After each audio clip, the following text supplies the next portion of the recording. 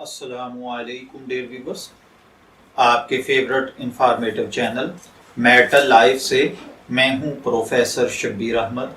ہمارا آج کا ٹاپک ہے پریگننٹ عورت کی عدت۔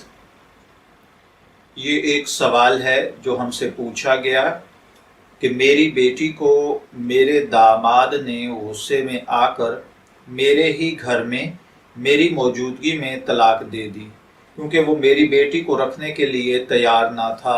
ایک مولوی صاحب سے پوچھا تو انہوں نے کہا کہ پریگننٹ پر طلاق نہیں ہوتی، جب تک طلاق نہیں ہوتی عدت لازم نہیں، جبکہ میرا داماد اس بات پر مصر ہے کہ طلاق ہو جاتی ہے عدت لازم ہے، اس کو عدت میں رکھا جائے جب تک وضع حمل نہ ہو۔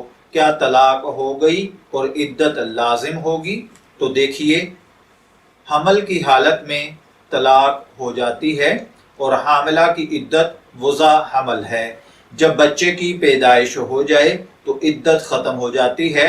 آپ کے داماد نے اگر ایک یا دو طلاقیں رجعی دی ہیں تو عدت کے اندر رجوع کر سکتا ہے اور عدت کے بعد فریقین کی رضامندی سے دوبارہ نکاح ہو سکتا ہے۔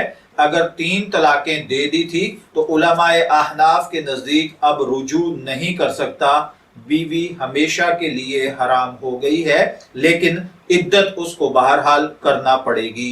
میں دعا گو ہوں اللہ تعالی ہمیں ان باتوں کو سمجھ کر ان کے مطابق عمل کرنے کی توفیق عطا فرمائے۔